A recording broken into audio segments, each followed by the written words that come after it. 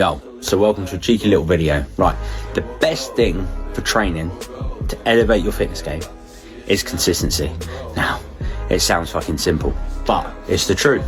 If you've got a 5-day plan and you sack off for 3 days, you're only left with like 2 sessions. It's pointless. You might think you're doing enough, but you're not. So making sure you're actually going to the gym. And now you don't need any miracle program, drop sets, pyramid set, giant set, this.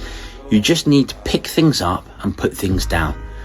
And as you get stronger at doing that, you add some more weight and stick to your rest times. It is simple.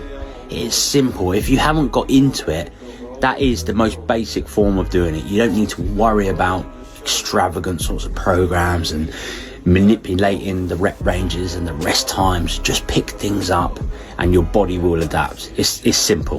Go for it.